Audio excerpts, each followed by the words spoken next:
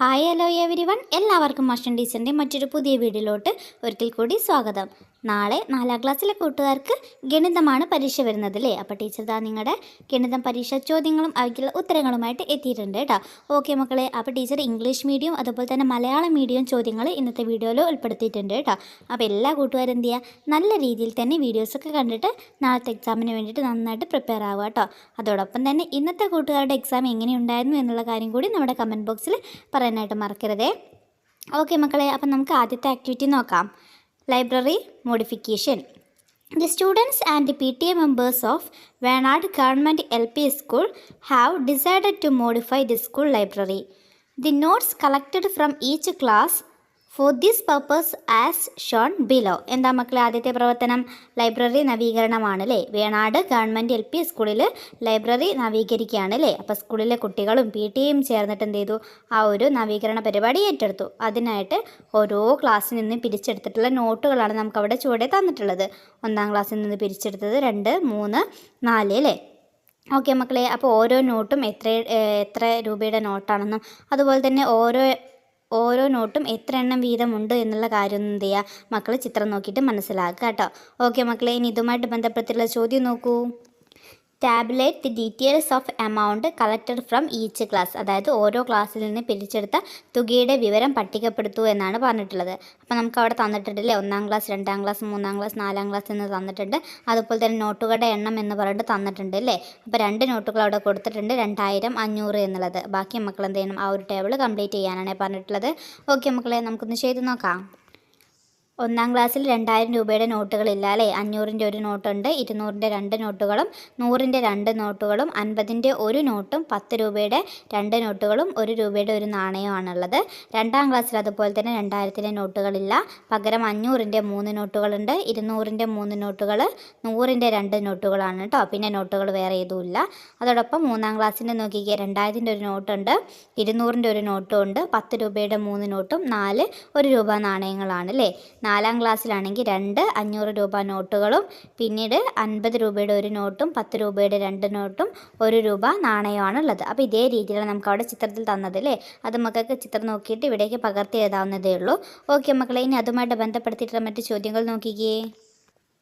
Find the total amount collected for this purpose. അതായത് ഈ ഒരു കാര്യത്തിന് വേണ്ടി, നമ്മുടെ നവീകരണ പരിപാടിക്ക് വേണ്ടിയിട്ട് ആകെ പിരിച്ചെടുത്ത തുക എത്രയാണെന്നാണ് ചോദിച്ചിട്ടുള്ളത്. ആകെ എത്രയാണ് മക്കളെ? 6776 രൂപയാണ്. മക്കൾ എന്ത് ചെയ്യുക, ആ ഒരു ടേബിൾ നോക്കിയിട്ട് ടോട്ടൽ ഒന്ന് കണ്ടെത്താൻ പറ്റുന്നുണ്ടോ എന്നുള്ളത് നോക്കുക കേട്ടോ. 6776 റുപ്പീസാണ് അല്ലേ ആകെ നമ്മൾ കളക്ട് ചെയ്തിട്ടുള്ളത്. അപ്പോൾ എല്ലാ കൂട്ടുകാരും എന്ത് ചെയ്യുക, വീഡിയോ പോസ് ചെയ്തിട്ട് ഒന്ന് ആഡ് ചെയ്ത് നോക്കുക കേട്ടോ. ഓക്കെ മക്കളെ, നമുക്ക് അടുത്ത ചോദ്യം നോക്കാം. The sum of 2300 plus 1071 lies between ഏതിൻ്റെ ഇടയിലാണ് മക്കളെ? അതായത് 2300ഉം 1071 എന്നതിൻ്റെ ഉത്തരം ഏത് സംഖ്യകൾക്കിടയിലാണ് എന്നതാണ് ചോദിച്ചിട്ടുള്ളത്. അത് കണ്ടെത്തിയിട്ട് ആ ഒരു ഓപ്ഷന് നേരെ ടിക്ക് മാർക്ക് ചെയ്യാനാണ് പറഞ്ഞിട്ടുള്ളത് കേട്ടോ. അപ്പം നമുക്ക് താഴെ ഓപ്ഷൻസ് തന്നിട്ടുണ്ട് അല്ലേ? ഓക്കെ മക്കളെ, അപ്പം ആ 2 സംഖ്യ ആഡ് ചെയ്താൽ ഏത് 2 സംഖ്യകൾക്കിടയിലാണ് ഉൾപ്പെടുന്നത്? അതെ, 3000-നും 3500-നും ഇടയ്ക്കാണല്ലേ? അപ്പം മക്കൾ എന്തേ രണ്ടും തമ്മിൽ കൃത്യമായിട്ട് ആഡ് ചെയ്ത് നോക്കുക കേട്ടോ. എന്നിട്ട് നിങ്ങൾക്ക് ആൻസറിലോട്ട് എത്താൻ പറ്റുന്നുണ്ടോ നോക്കുക. കിട്ടിയിട്ടുള്ള ആൻസർ ഏത് 2 സംഖ്യകൾക്കിടയിലാണെന്നുള്ളത് ഓപ്ഷനിൽ കണ്ടെത്തിയിട്ട് മക്കൾ എന്ത് ചെയ്യുക, ഒന്ന് മാർക്ക് ചെയ്ത് നോക്കുക കേട്ടോ. ഓക്കെ കൂട്ടുകാരെ, ഇനി നമുക്ക് അടുത്ത പ്രവർത്തനം എന്താണെന്ന് നോക്കാം. അതിലോട്ട് പോകുന്നതിന് മുന്നേയായിട്ട് നമ്മുടെ വീഡിയോ കണ്ടുകൊണ്ടിരിക്കുന്ന എല്ലാ കൂട്ടുകാരും എന്ത് ചെയ്യുക, നമ്മുടെ ചാനലൊന്ന് സബ്സ്ക്രൈബ് ചെയ്ത് സപ്പോർട്ട് ചെയ്യാൻ മറക്കല്ലേ. ഇനി കുറച്ച് സബ്സ്ക്രൈബേഴ്സ് കൂടി ഉണ്ടെങ്കിൽ നമ്മൾ 1 lakh ഫാമിലി ആയിരിക്കും. അപ്പോൾ എന്ത് ചെയ്യുക, വീഡിയോ കണ്ടുകൊണ്ടിരിക്കുന്ന പുതിയ കൂട്ടുകാരുണ്ടെങ്കിൽ തീർച്ചയായിട്ടും നമ്മുടെ വീഡിയോ ഒന്ന് ലൈക്ക് ചെയ്ത് നമ്മുടെ ചാനൽ സബ്സ്ക്രൈബ് ചെയ്ത് സപ്പോർട്ട് ചെയ്യാനായിട്ട് മറക്കല്ലേ. ഓക്കെ മക്കളെ, നമുക്ക് അടുത്ത പ്രവർത്തനം നോക്കാം. ആക്ടിവിറ്റി 2 കേട്ടോ. Electricity meter reading of Rahul's house in 2 time are given below. എന്താണ് മക്കളെ? വൈദ്യുതി ഉപയോഗം എന്നതാണ് അടുത്ത പ്രവർത്തനത്തിൻ്റെ പേര്. നമ്മുടെ രാഹുലിൻ്റെ വീട്ടിലെ വൈദ്യുതി മീറ്ററിലെ റീഡിങ്ങിൻ്റെ ഒരു പിക്ചർ നമുക്ക് അവിടെ തന്നിട്ടുണ്ട് അല്ലേ? നോക്കിക്കേ, ബിഗിനിങ് ഓഫ് ഓഗസ്റ്റ് 2017-നും എൻഡ് ഓഫ് സെപ്റ്റംബർ 2017 അല്ലേ? ഈ 2 സമയത്തെ മീറ്ററാണ് നമുക്ക് അവിടെ തന്നിട്ടുള്ളത്. മക്കളത് ചോദിച്ചത് എന്താണ്? How many units of electricity consumed during this period. ആ ഒരു പീരീഡിനുള്ളിൽ, അതായത് ആ ഒരു കാലയളവിനുള്ളിൽ രാഹുലിൻ്റെ വീട്ടിലെ വൈദ്യുതി ഉപയോഗം എത്ര യൂണിറ്റ് ആയി എന്നുള്ളത് കണ്ടെത്തിയതാണ് പറഞ്ഞിട്ടുള്ളത്. അപ്പോൾ എത്രയായിരിക്കും മക്കളെ ഉണ്ടായിരിക്കുക? 332 യൂണിറ്റ്സ് ആണ് അല്ലേ? 332 യൂണിറ്റ് ആണ്. ഓക്കെ മക്കളെ, ഇനി നമുക്ക് അടുത്ത ചോദ്യത്തിലോട്ട് പോവാം. 4000-ൽ നിന്ന് 3674 കുറയ്ക്കുന്നതിന് 4-ാം ക്ലാസ്സിലെ കുട്ടികൾ അവതരിപ്പിച്ച വ്യത്യസ്ത ക്രിയാരീതികളാണ് ചുവടെ കൊടുത്തിരിക്കുന്നത്. ഇവയിൽ ശരിയല്ലാത്തതിന് ഇൻറ്റു അടയാളം ഇടുക എന്നാണ് പറഞ്ഞിട്ടുള്ളത് കേട്ടോ. 4000-ൽ നിന്ന് 3674 കുറച്ചിട്ടുള്ള ക്രിയയാണ് നമുക്കവിടെ താഴെ തന്നിട്ടുള്ളത്. അപ്പോൾ അതിൽ ശരിയല്ലാതെ ചെയ്തിട്ടുള്ള കാര്യങ്ങൾ എന്ത് ചെയ്യുക, തെറ്റിടാനാണ് പറഞ്ഞിട്ടുള്ളത്. ഓക്കെ മക്കളെ, ഏതൊക്കെയാണ് ഇതിൽ ശരിയായിട്ട് വരുന്നത്? ബിയും സിയും ഡി ആണ് കറക്റ്റായിട്ട് വരുന്നത് അല്ലേ. ഒന്നാമത്തേത് കണ്ടിട്ട് വേഗം ചാടിക്കയറി കഴിഞ്ഞിട്ട് മക്കൾ എന്ത് ചെയ്യാൻ പാടില്ല, അത് കറക്റ്റാണെന്ന് എഴുതി വെക്കരുത് കേട്ടോ. പെട്ടെന്ന് മക്കൾ 0-ൽ നിന്ന് 4 മൈനസ് ചെയ്താൽ പെട്ടെന്ന് എല്ലാവരും 4 എഴുതി വെക്കാനുള്ള ഒരു ടെൻഡൻസി ഉണ്ടായിരിക്കും. അപ്പോൾ അതൊന്നും എന്ത് ചെയ്യുക, മക്കൾ ശ്രദ്ധിക്കുക കേട്ടോ, ഒന്ന് ഓർത്തിട്ട് ചെയ്യുക. അതിന് തന്നെയാണ് നമ്മൾ തെറ്റിപ്പോകാൻ വേണ്ടിയിട്ടാണ് ആ ഒരു ഓപ്ഷൻ നമുക്ക് ഫസ്റ്റ് തന്നെ അവിടെ തന്നിട്ടുള്ളത് കേട്ടോ. ഓക്കെ മക്കളെ, ഇനി നമുക്ക് അടുത്ത ചോദ്യത്തിലോട്ട് പോവാം. അതിലോട്ട് പോകുന്നതിന് മുന്നേയായിട്ട് വീഡിയോ കണ്ടുകൊണ്ടിരിക്കുന്ന എല്ലാ കൂട്ടുകാരും എന്ത് ചെയ്യുക, പെട്ടെന്നൊന്ന് വീഡിയോ ലൈക്ക് ചെയ്തേക്കണേ. അടുത്ത ആക്ടിവിറ്റി നോക്കൂ, ക്വസ്റ്റ്യൻ മേക്കിംഗ്. ചോദ്യം നിർമ്മിക്കാം. Construct a question involving the operation 35 - 17. Find the answer to this question. അതായത് 35 കുറയ്ക്കുന്ന 17 ഈ ക്രിയ വരുന്ന രീതിയിൽ ഒരു ചോദ്യം നിർമ്മിച്ചിട്ട് ഉത്തരം കണ്ടെത്താനാണ് മക്കളുടെ അടുത്ത് പറഞ്ഞിട്ടുള്ളത് കേട്ടോ. നോക്കിക്കേ മക്കളെ, in A PTA meeting total number of participants is 35. Out of which 70 members are ladies. Find the number of gents participating. അതായത് ഒരു ക്ലാസ് PTA മീറ്റിങ്ങിൽ പങ്കെടുത്തവരുടെ എണ്ണം 35ആണ്. അതിൽ 17 പേർ സ്ത്രീകളായാൽ പുരുഷന്മാരുടെ എണ്ണം എത്ര എന്നതാണ് ചോദിച്ചിട്ടുള്ളത്.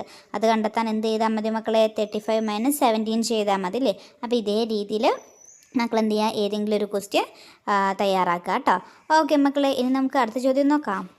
Which of the following is the answer of 6000 - 2500 അല്ലേ. താഴെ തന്നിട്ടുള്ളവയിൽ 6000-ൽ നിന്ന് 2500 കുറച്ചതിൻ്റെ ഉത്തരം ഏതാണെന്നാണ് ചോദിച്ചിട്ടുള്ളത് കേട്ടോ. അപ്പോൾ നമുക്ക് ഓപ്ഷനും അവിടെ തന്നിട്ടുണ്ട് അല്ലേ. ഏതാണ്? 3500 ആണ് അല്ലേ, 3500 ആൻസറായിട്ട് വരുന്നത്. ഓക്കെ മക്കളെ, അടുത്ത ക്വസ്റ്റ്യൻ നോക്കൂ. Computer lab. The teachers decided to purchase 6 chairs and 4 tables to the school computer lab. Prices are given below. എന്താണ് മക്കൾ, അടുത്ത ആക്ടിവിറ്റിയുടെ പേര് കമ്പ്യൂട്ടർ ലാബാണല്ലേ. സ്കൂളിലെ കമ്പ്യൂട്ടർ ലാബിലേക്ക് 6 കസേരയും 4 മേശയും വാങ്ങാൻ ടീച്ചേഴ്സ് തീരുമാനിച്ചു അല്ലേ. അപ്പോൾ അധ്യാപകരുടെ യോഗത്തിൽ അവതരിപ്പിച്ച വില വിവരം താഴെ കൊടുത്തിരിക്കുന്നു. നോക്കിയോ മക്കളെ, കസേരയ്ക്ക് എത്രയാണ്? 475 രൂപയാണ്. മേശയ്ക്കാണെങ്കിൽ 1524 രൂപയാണ് അല്ലേ. ഓരോ ഇനത്തിനും എത്ര രൂപ ചിലവായിട്ടുണ്ടായിരിക്കും എന്നതാണ് മക്കളെടുത്ത് കണ്ടെത്താനായിട്ട് പറഞ്ഞിട്ടുള്ളത് കേട്ടോ. ഓക്കെ മക്കളെ, നമുക്ക് നോക്കാം.